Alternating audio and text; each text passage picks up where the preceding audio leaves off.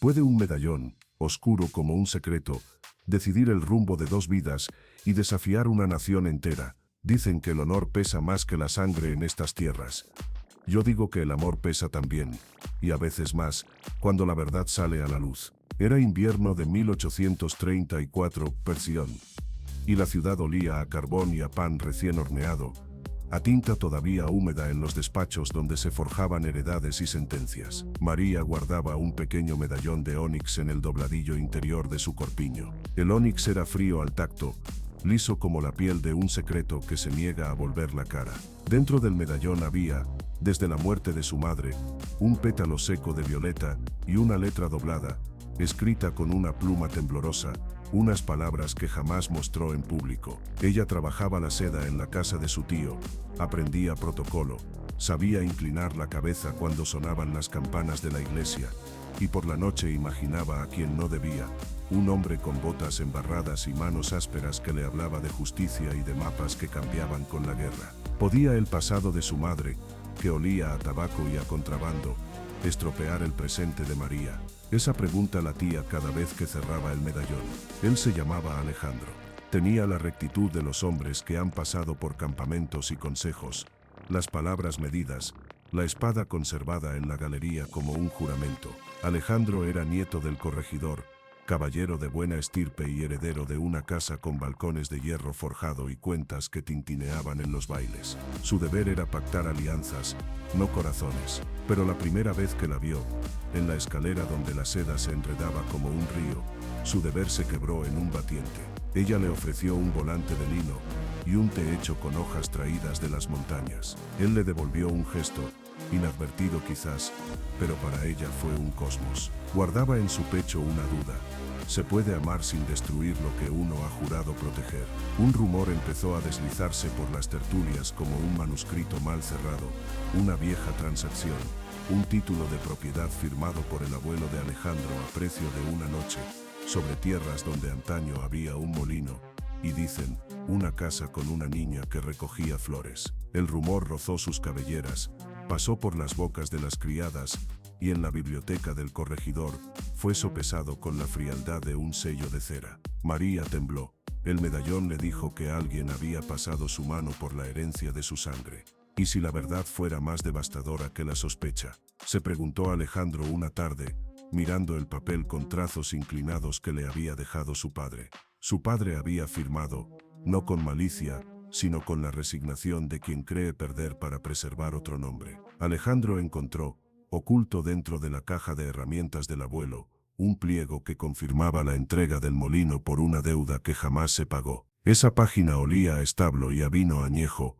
En el margen, con tinta apenas seca, había la letra de una mujer. Guarda la llave del cofre. Miniatura de revelación. La letra coincidía con la caligrafía de la carta dentro del medallón. Un hilo invisible unía dos vidas. La ciudad se convirtió en un péndulo. Por las mañanas, las ruedas de los carruajes golpeaban las losas húmedas. Por las noches, los susurros contra los vidrios parecían acusaciones. Alejandro ahogaba su conciencia en paseos por el puerto, donde el mar hablaba con voz de juramento. María, sin poder romper la cadena de su pobreza, comenzó a recibir misivas anónimas. Un sello sin blasón, una caligrafía femenina, que la llamaba segunda hija del molino. ¿Quién las enviaba? Una madre viva, escondida. Una amiga que recordaba. La insistencia de las cartas era un golpe.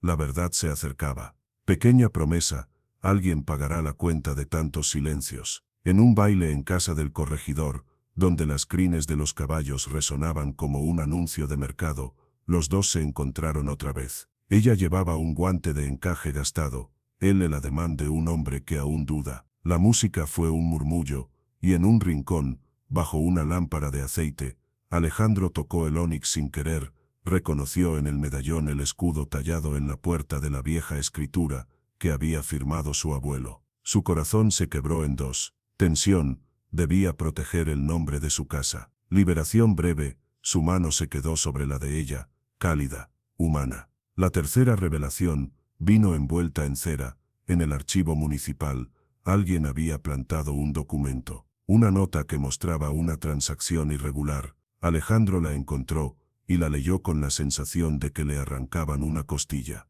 Allí, la firma de su abuelo junto al sello de su propio padre, pero debajo una rúbrica desconocida, pequeña como un llanto, la del notario que había aceptado el trato sin verificar títulos. El notario ahora estaba muerto, y su hija vivía en la ciudad. Haría falta más que una carta para deshacer siglos. Alejandro comprendió que su deber se medía en dos balanzas, la legal y la moral. ¿Quién decidiría cuál tenía más peso? Una noche, cuando la luna se colaba por la rendija del taller donde María cosía, ella abrió por fin la carta del medallón. Era una confesión escrita por su madre.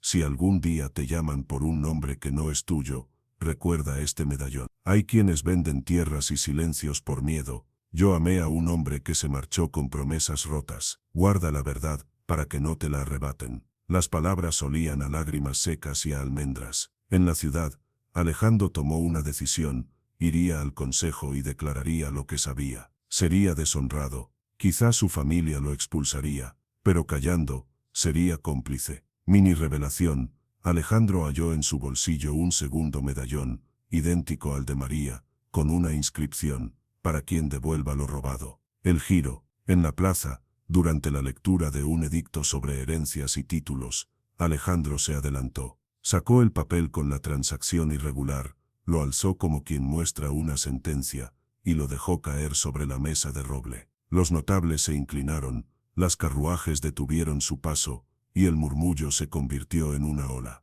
«He aquí lo que mi sangre hizo, y de lo que me arrepiento», dijo, con la voz tiritando como una vela en la lluvia. Las manos se frotaron los ojos, la gente miró, y el corregidor, su abuelo, palideció. María, oculta entre los toldos del mercado, sintió que la tierra se abría, y volvía a cerrarse. La verdad había sido pronunciada en voz alta. Tensión máxima. Breve respiro. Alejandro no huyó. El precio fue caro. Alejandro perdió su expectación al matrimonio señalado por la conveniencia. Su padre le retiró el apoyo. Lo nombraron jefe de la iniciativa para reparar. Pero en la reparación encontró otra cosa: la libertad de ser juzgado por sus actos, no por su apellido. María, por su parte, recuperó una fracción de lo que fue suyo.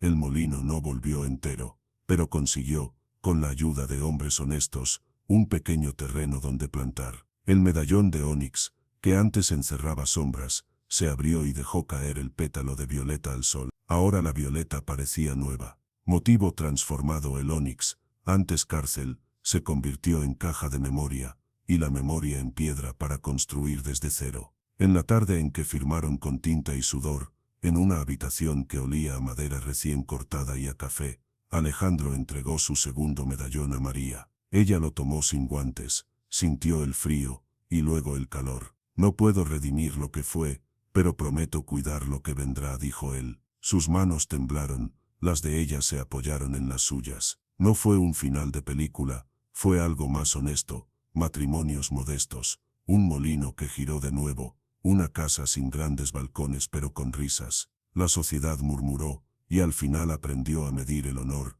no solo por un apellido, sino por las renuncias que se atreven a hacerse públicas. Al cerrar la puerta de su nueva vida, María puso el medallón al cuello de Alejandro. Había cambiado su violeta por una nueva hoja, y la piedra, pulida por las confesiones, devolvía el brillo del alba. Allí quedó la lección: el pasado puede ser revelado, oscuro, siniestrado, pero la verdad ofrecida con coraje, no solo destruye, también libera. El amor se sostuvo en la honestidad, y la ciudad, que antes parecía una balanza fría, aprendió a inclinarse ante la valentía de confesarse. Porque al final, y esto que quede dicho en voz baja, amar no es eludir la culpa, sino enfrentarla y convertirla en un puente hacia otra orilla.